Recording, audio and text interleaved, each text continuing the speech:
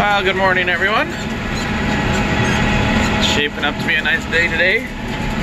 And we had 3/4 of an inch of rain on Sunday, and it's drying out pretty quick. So today's gonna be busy. What I'm doing right now, I'm just scratching the ground lightly with the cultivator just to spread out this manure that I've hauled on the field, these little clumps and stuff. Just spread them out, bust them up. Because what I'm gonna do is I'm gonna seed this field to rye here today. I got the bales moved off of it Saturday night. And I picked up rye seed this morning. Yesterday I spent the day finishing hauling 1 pan of manure out. So like I say, I'm just getting this spread out a little bit. And then I'll have to unhook the 2290 from the combine and hook up the air seeder. Get that all ready to go, and then we can seed. Alright, well, finished that spread of manure a while ago. Oh hey, tractor's rolling, that's fun.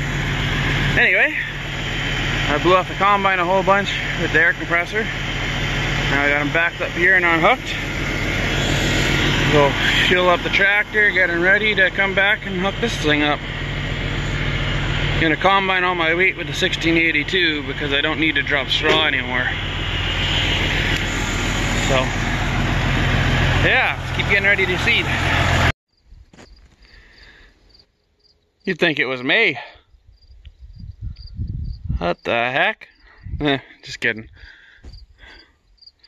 Checked all the tires. Tire pressure is actually important for depth control on these Borgo cultivators. Inside ones are 50 psi and outside are 40. So top them all up, top the air cart. There's a little bit of barley left in it from seeding, so I'll have to empty that out into a mini bulk bag or something. And then I'll probably unhook the liquid fertilizer cart, because I'll just be doing a little bit of dry blend with the rye, so I don't need this cart at all. Doesn't weigh anything, it can just sit back here, but probably just unhook it.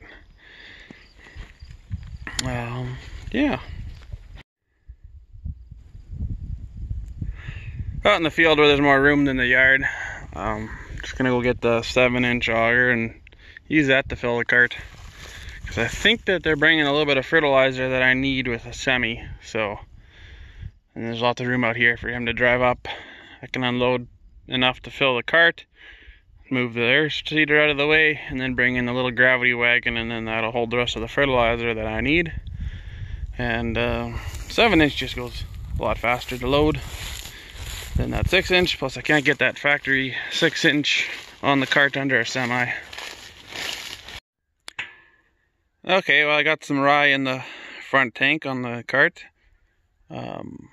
Fertilizer is only going to come in the morning now, but what I think I can do at least is get it calibrated for the rate I want, and then the slough over there, I might as well seed that without fertilizer because most of it will probably drown out by spring anyway, so there's no point in doing fertilizer in there and wasting money, but I might as well at least try and see if I can't get some seed to grow in there. While I'm seeding this slough here, and there's the dugout. It is seriously amazing what I can pull this air seeder through. It's only 24 feet and it's got 12 tires, so it floats quite well. And this area hasn't been seeded, I don't know if even in my lifetime. When I was a kid, then there was lots of willows and good slough grass through here, and we would feed cattle down in here. And then we had wet years in 09 to 2013, and this was all underwater, and it's basically been a mess ever since. So it's usually water in spring too yet, so we're trying to reclaim it, get something in it. Hopefully the rye at least gets growing, and that's probably why I'm not using fertilizer here right now. It's not not wasting that money in case this does drown out in spring, like I expect some of it too, but I'm hoping that at least by getting somewhat established here yet, that, what am I trying to say? That at least there's going to be some root structure, it's going to be pulling some moisture out, and where water isn't sitting in spring, the rye can at least start growing right away, so that hopefully eventually this can become productive again, because it's actually pretty good, pretty black dirt in here, and so hopefully it will work out.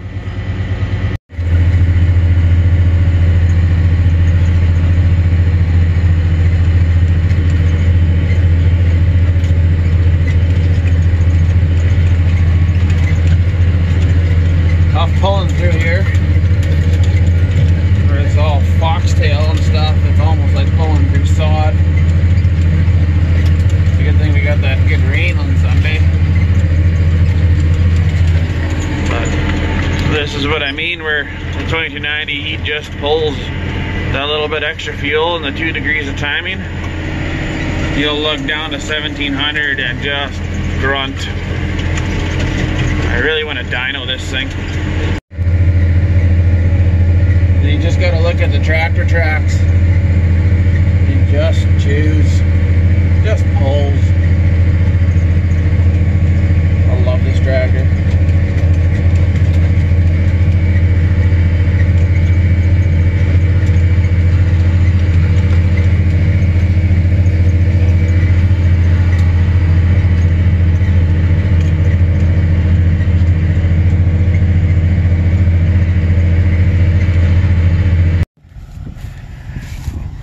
Well, it's the next day. We got the fertilizer, and I'm calibrating the fertilizer. And I figured I should explain how you do it and calibrate these Borgos. This is an older one, so I actually have to drive physically in the field.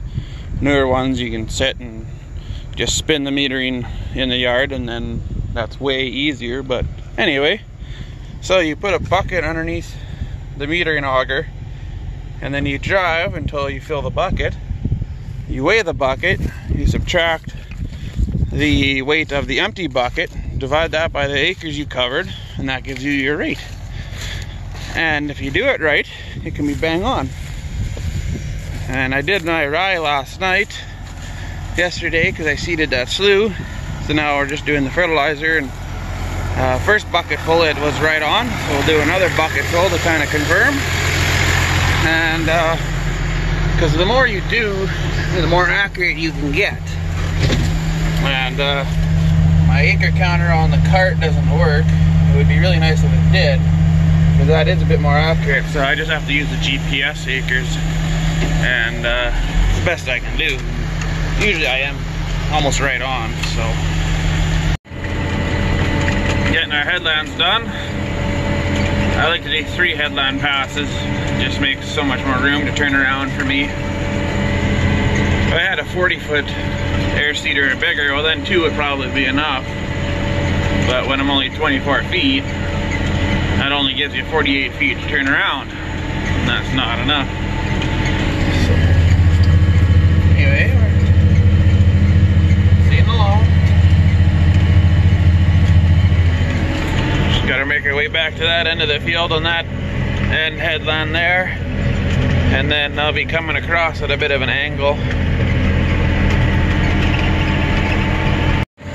Here's a spot that's been alkali for many years and hasn't grown anything, and I got a lot of manure on it. So hopefully it's gonna do something. Seeding through.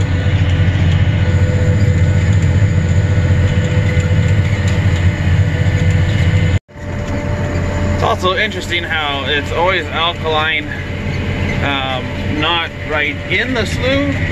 It's wherever it was on the edge of where the water was that it's the worst.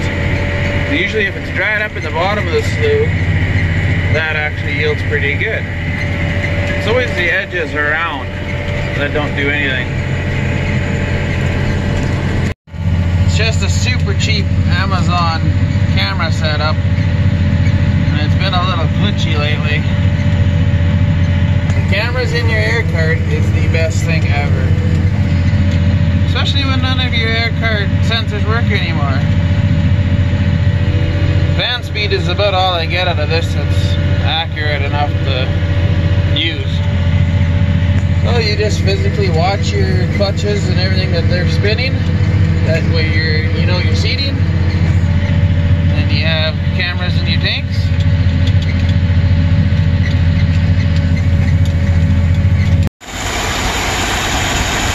Time to fill. I'll do fertilizer first because that was last through the auger. It's just so much faster when I'm at home. Just line up the 7-inch and it's just so much faster. I can see why guys carry conveyors around the fields now. Like I probably still won't, but when I'm at home, this is nice.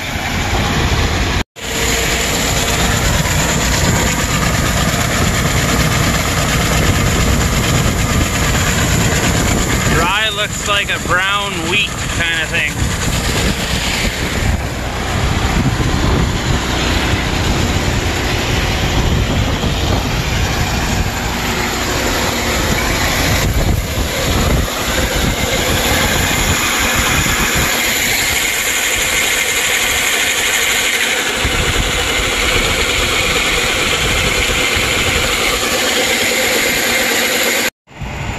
So cart's right full, auger's out of the way, lids are shut, fan's running, and now we check.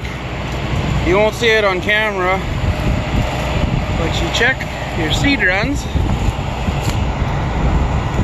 that they're all open.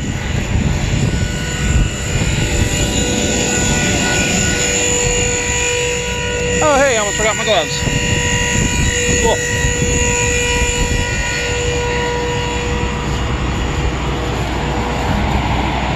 You can usually see the wind moving it a little bit. Sometimes you look for seed or fertilizer coming out.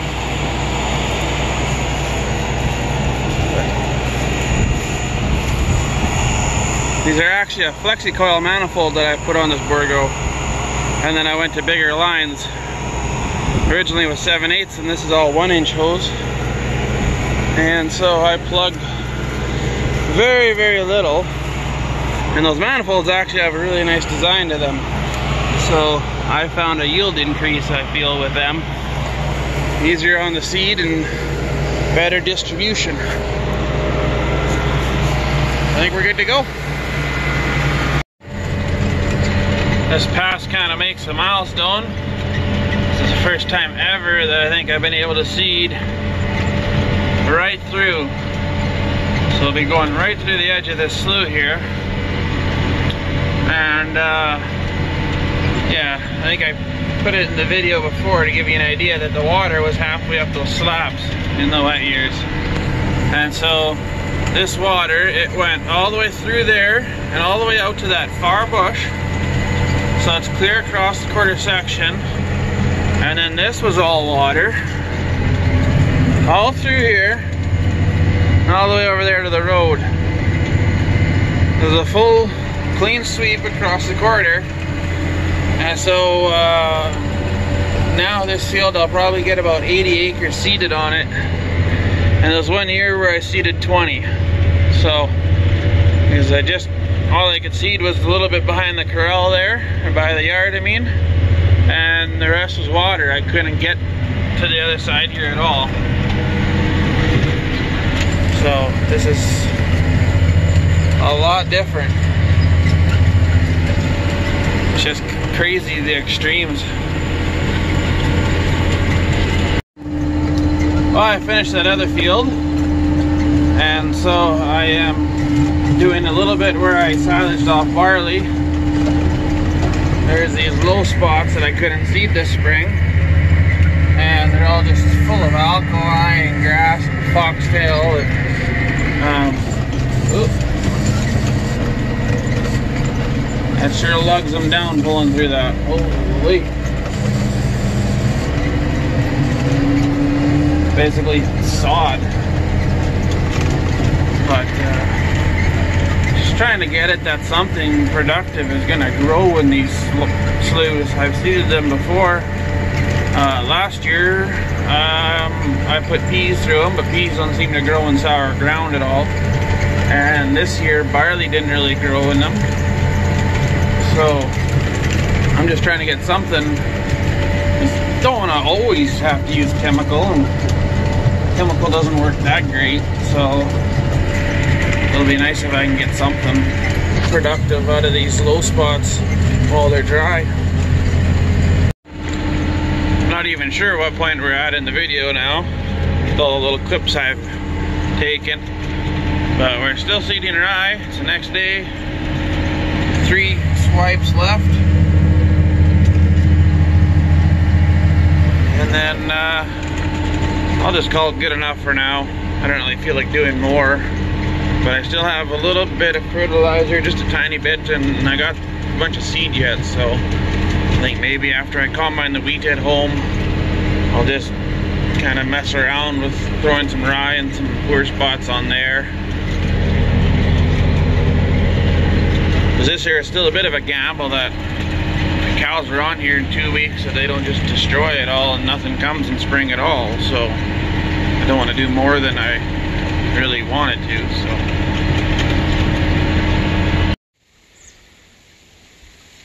Well, I probably haven't done that good of a job taking proper video of seeding and everything here, but I'm done for now. What I want to do with fall rye, I'll have to figure out where else I want to seed the 30 acres or so of seed I got left. But for now I need to do an oil change on the 2290, and then I can get to combining wheat.